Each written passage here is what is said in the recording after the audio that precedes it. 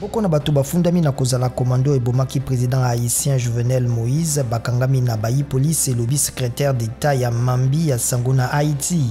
Mulongani ya président Jovenel Moïse Martine Jovenel amemamaki na Miami na États-Unis sima na nzanga pona kopesa mali sungi na mpota ekasi azwaki na kozoka na masasi elongo na mobali na ye.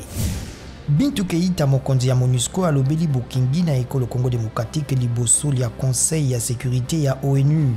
Bikolo ya conseil ya sécurité basengi RDC kokembisa Bokingi na yango na boyokani na nzinga mpe basengi maponami ma 2023 na ntango pendenge esengeli.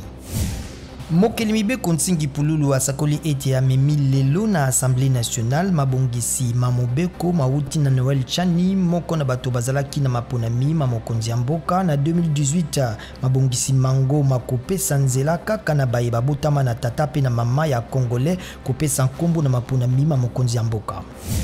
Boluki bato na bomoi bosukisami na bitiki bya immeuble ekoyaki mposo mibale mileki na Surfside na Florida. Nzoto tuku mitano na minei misi mizwamaki kasi bato tuku mwambe na motoba bayebani te soki bazali wapi.